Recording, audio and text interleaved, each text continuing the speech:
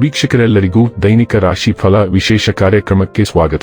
ಇವತ್ತಿನ ಈ ವಿಡಿಯೋದಲ್ಲಿ ನಾವು ವರ್ಷ 2026ರ ಮೇ ತಿಂಗಳಿನ 28ನೇ ತಾರೀಕಿನ ದಿನ ಕನ್ಯಾ ರಾಶಿಯ ಫಲಗಳನ್ನು ತಿಳಿದುಕೊಳ್ಳಲಿದ್ದು, ಈ ದಿನ ಕನ್ಯಾ ರಾಶಿಯ ಜಾತಕದವರ ಪಾಲಿಗೆ ಹೇಗೆ ಸಾಬೀತಾಗಲಿವೆ, ಈ ದಿನ ಗ್ರಹ ನಕ್ಷತ್ರಗಳ ಸ್ಥಿತಿಗತಿಗಳೇನು ಮತ್ತು ಇಲ್ಲಿ ಉಂಟಾಗಲಿರುವ ಯೋಗಗಳ್ಯಾವುವು, ಈ ಯೋಗಗಳ ಪ್ರಭಾವ ನಿಮ್ಮ ಮೇಲೆ ಹೇಗೆ ಕಾಣಿಸಿಕೊಳ್ಳಲಿದೆ, ಜೊತೆಗೆ ಈ ದಿನಗಳಂದು ನೀವು ಹೊಂದಿರಬೇಕಾದ ಎಚ್ಚರಿಕೆ ಏನು ಅನ್ನೋದೆಲ್ಲವನ್ನ ವಿಸ್ತಾರ ರೂಪದಲ್ಲಿ ಇಲ್ಲಿ ತಿಳಿದುಕೊಳ್ಳೋಣ.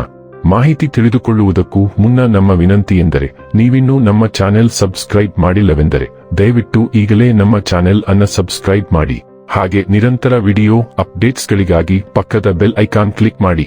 ವಂಶ ಪಾರಂಪರ್ಯ ಜ್ಯೋತಿಷ್ಯರು ನಂಬರ್ 1 ವಶೀಕರಣ ಸ್ಪೆಷಲಿಸ್ಟ್. ವಿದ್ಯೆ, ಉದ್ಯೋಗ, ಮದುವೆ, ಹಣಕಾಸಿನ ಸಮಸ್ಯೆ, ವ್ಯಾಪಾರ, ಆರೋಗ್ಯ ಸಮಸ್ಯೆಗಳಿಗೆ ಫೋನಿನ ಮೂಲಕ ಪರಿಹಾರ.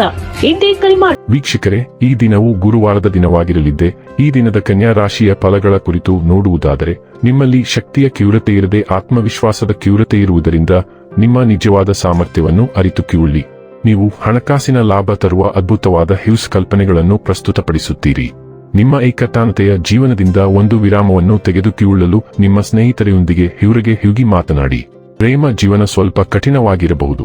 ನಿಮ್ಮ ರೆಸ್ಯೂಮ್ ಕಳುಹಿಸಲು ಅಥವಾ ಸಂದರ್ಶನಕ್ಕೆ ಹಾಜರಾಗಲು ಒಳ್ಳೆಯ ದಿನ. ಕಳೆದ ಕೆಲವು ದಿನಗಳಿಂದ ತುಂಬಾ ಕಾರ್ಯನಿರತವಾಗಿದ್ದವರು ಇಂದು ತಮಗಾಗಿ ಉಚಿತ ಸಮಯವನ್ನು ಪಡೆಯಬಹುದು. ನಿಮ್ಮ ಸಂಗಾತಿಯ ಸಂಬಂಧಿಗಳು ನಿಮ್ಮ ವೈವಾಹಿಕ ಆನಂದದ ಸಾಮರಸ್ಯಕ್ಕೆ ತೊಂದರೆಯುಂಟು ಮಾಡಬಹುದು.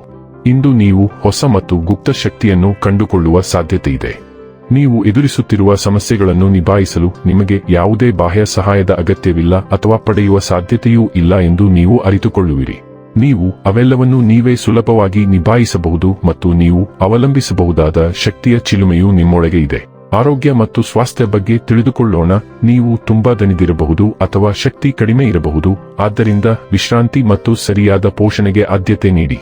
ಬೆನ್ನು ನೋವು ಅಥವಾ ಎದೆಯುರಿ ಬಗ್ಗೆ ಎಚ್ಚರದಿಂದಿರಿ ಮತ್ತು ಉತ್ತಮ ಭಂಗಿ ಮತ್ತು ಜಾಗರೂಕತೆಯಿಂದ ತಿನ್ನುವ ಮೂಲಕ ನಿಮ್ಮ ಆರೋಗ್ಯವನ್ನು ಕಾಪಾಡಿಕೊಳ್ಳಿ. ಜ್ವರ ಅಥವಾ ಅಧಿಕ ರಕ್ತದೊತ್ತಡದ ಬಗ್ಗೆ ಜಾಗರೂಕರಾಗಿರಿ. ಆಕ್ಯುಪ್ರೆಷರ್ ಸಹಾಯ ಮಾಡಬಹುದು.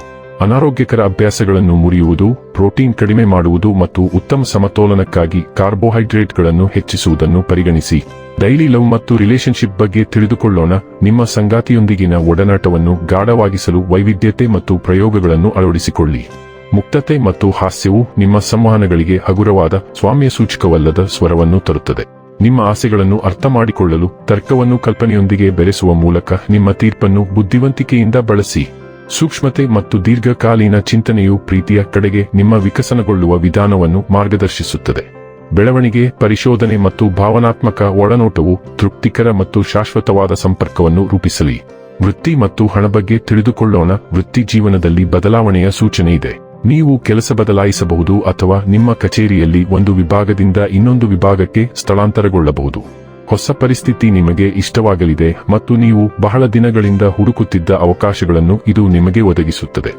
ಆದ್ದರಿಂದ ನಿಮ್ಮ ದಾರಿಯಲ್ಲಿ ಬರುವ ಅವಕಾಶಗಳನ್ನು ನೀವು ಸಂಪೂರ್ಣವಾಗಿ ಬಳಸಿಕೊಳ್ಳಬೇಕು. ಇನ್ನು ಕೊನೆಯದಾಗಿ ಈ ದಿನ ಮಾಡಿಕೊಳ್ಳಬೇಕಾದ ಉಪಾಯಗಳ ಕುರಿತು ನೋಡುವುದಾದರೆ, ನಿಮ್ಮ ಪ್ರೇಮಿಗೆ ಒಂದು ಜೋಡಿ ಬಿಳಿ ಅಥವಾ ಸ್ಫಟಿಕ ಕೃತಕ ಬಾತುಕೋಳಿಗಳನ್ನು ಉಡುಗೊರೆಯಾಗಿ ನೀಡಿ ಮತ್ತು ನಿಮ್ಮ ಪ್ರೀತಿಯ ಜೀವನವನ್ನು ಬಲಗೊಳಿಸಿ.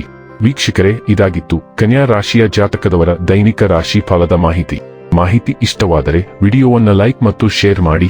ಹಾಗೆ ಚಾನೆಲ್ ಸಬ್ಸ್ಕ್ರೈಬ್ ಮಾಡುವುದರ ಜೊತೆಗೆ ನಿರಂತರ ವಿಡಿಯೋ ಅಪ್ಡೇಟ್ಸ್ಗಳಿಗಾಗಿ ಪಕ್ಕದ ಬೆಲ್ ಐಕಾನ್ ಕ್ಲಿಕ್ ಮಾಡಿ.